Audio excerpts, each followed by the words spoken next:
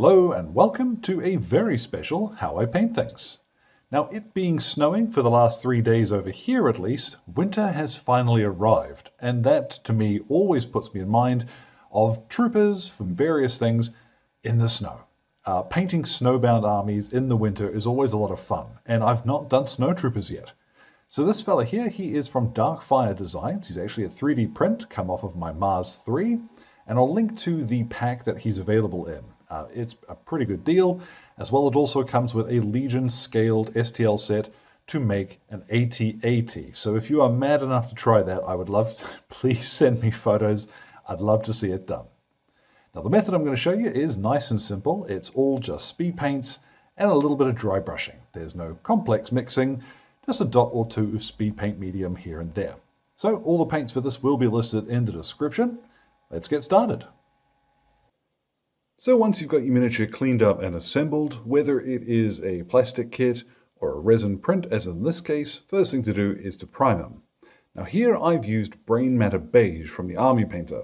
You could very easily start with a white instead, or even use something like Wraithbone from Citadel. It's really up to you. The end result isn't going to change a huge amount depending on which of those you use. I have chosen Brainmatter Beige because I want a little bit of a sort of peachy warmth under what we're going to do. Now on screen, the Snowtroopers look largely white, but if you look at the production notes, some of the original photographs of the Snowtroopers on set, and some of the costuming guides, as well as, what do you call them, action figures and the like, especially the Black series, they will show you that they aren't completely white. The clothing that the Snowtroopers are wearing is actually a very faded beige. It's more of an ivory color, just off-white, which to my eye adds quite a bit to the miniature.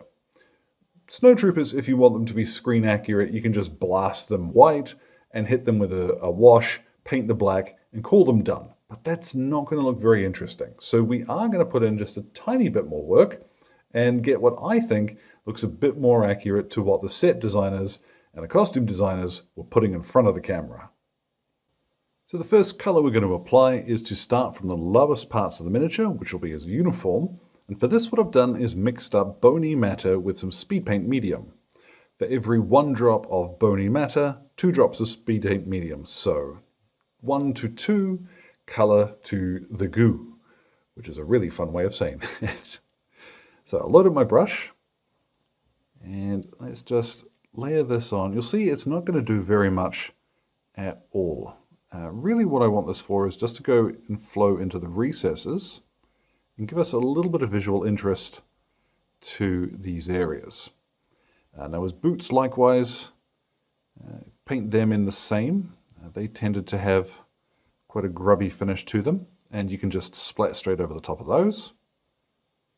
And likewise the cape section that he's wearing, a sort of samurai inspired look, you can blast this with a little bit of this mix as well. Nothing says sci-fi property from the late 70s, early 80s like beige. Love it. Once that has thoroughly dried though, I am going to go back over the little pouches on his hips with another layer of that same mix. These tend to show up as just a little bit darker. Obviously the same color as the rest of his gear, but I will add just a little bit more so that they do stand out. You can do the same on his boots if you fancy, but I don't really think that's going to be necessary. We're going to do so much more to him that the boots are not going to stand out all that much. So next up we're going to paint on the armor panels. And for this what I've got, this is Battleship Grey. This one's mixed half and half with the Speedpaint Medium. Now, over white you might try an area like the backpack as I've tested out on here. Try that over white without any medium, but I think a little bit is going to help it basically mellow out a bit. I really want it just to run into the recesses and give me a bit of color there. So I'm going to apply this over all of the white stuff. So the dome of the helmet, a little bit more on my brush will help that flow. Everything that is going to be white armor. Now the flap on the front of his helmet too, that cowl, that is a rubberized kind of looking thing. So paint that in with this as well. Everything will come out fine. Now at this point, if you wanted to say, oh my goodness, that's blue, you'd not be wrong. But as always, remember, we're waiting for the last brushstroke to call this finished. Don't worry if it looks blue now. What I've got here, this is 1 dot of Tidal Wave to 5 dots of the Speedpaint Medium. I'm really liking the medium to get a little bit more out of this range. Just thinning them out so that they're not quite so vibrant really makes them super useful for all sorts of things. So in this case, I'm going over what is going to be the snowy base. Now, I don't want it to be bright blue, much like his armor, but like I said, we're not finished yet. There's plenty of time to get this looking the way I want. Now it's important that you give this plenty of time to dry. Not only do you want to make sure that it is dry in the recesses, but it needs to set firm, because next what we're going to do is get rid of some of that blue by dry brushing the miniature. And here we're going to use matte white. Now as well, just as I prep up my brush here, ordinarily I point to makeup brushes as what I use for my dry brushing, but the other day I was in a store and I picked up the Army Painter Masterclass dry brush set. Since I dry brush so often, I thought, well, let's give him a shot. So let's spin him around, and I'm going to start on his backpack just to see what I'll leave behind, because if I put too much on here, it's not much effort to give it another blast of blue. And as I go over the area a few times, you see I build up that white. Although I could probably do with a little bit more on my brush. That's more like it. Okay, so what I'm looking to do is actually to cover over most of the armor in solid white and leave just a little bit of the blue in the recesses for shading.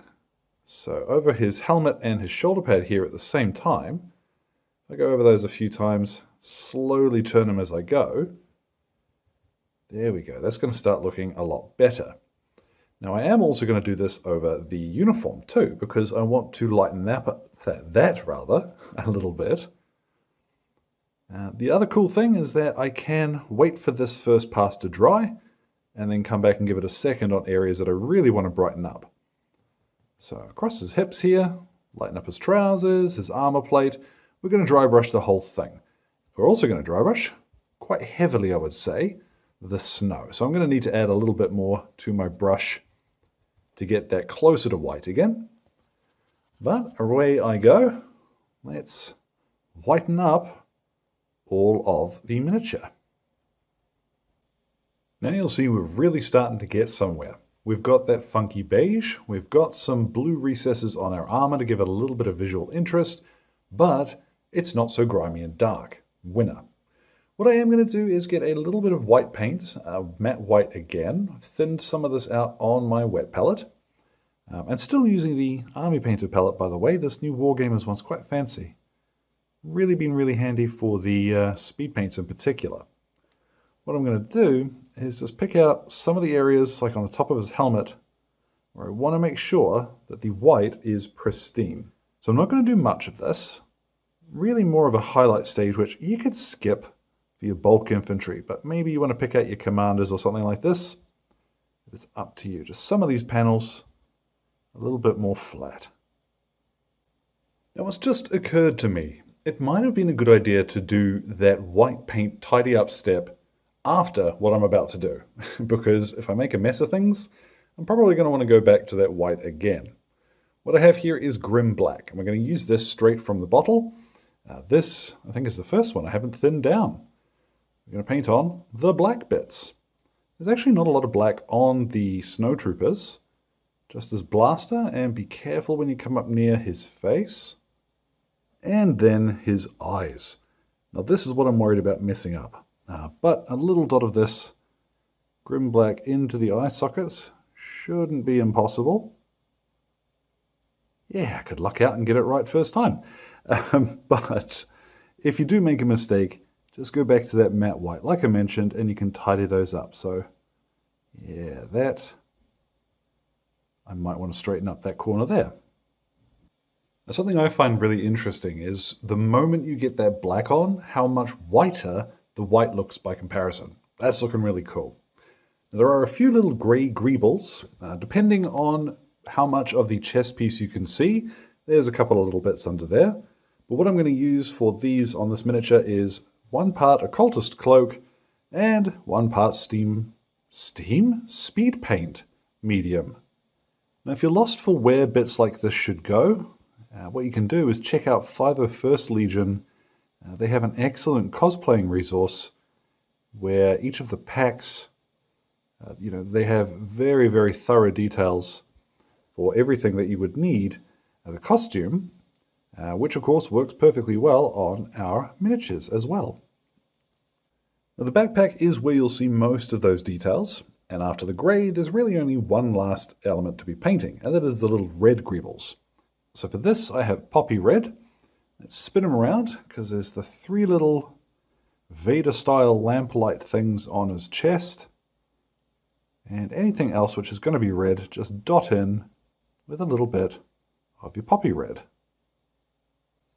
Now that is more or less the miniature painted. I'm going to take him outside in a minute and hit him with a varnish.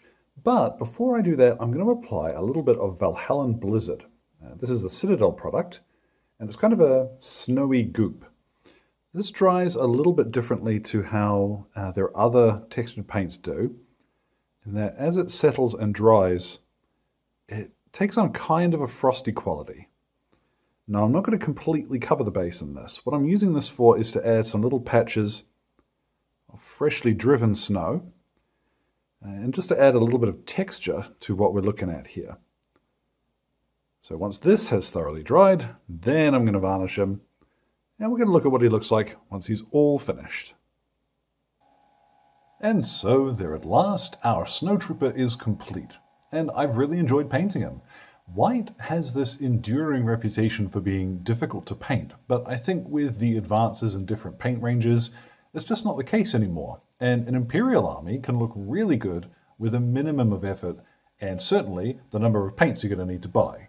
These guys, I think this is what? 8 paints? 9? 8 or 9 at most? And the end result is something I'd really happily put on the table. So as always, thank you very much to Exit 23 Games for light and sound equipment, as well as all of my wonderful patrons who keep me ticking in paints and glue and resin, including my gorgeous producers who are showing up on screen now. You folks are the ones who keep me going. Now, any questions or anything, feel free to drop them in the old comment box below.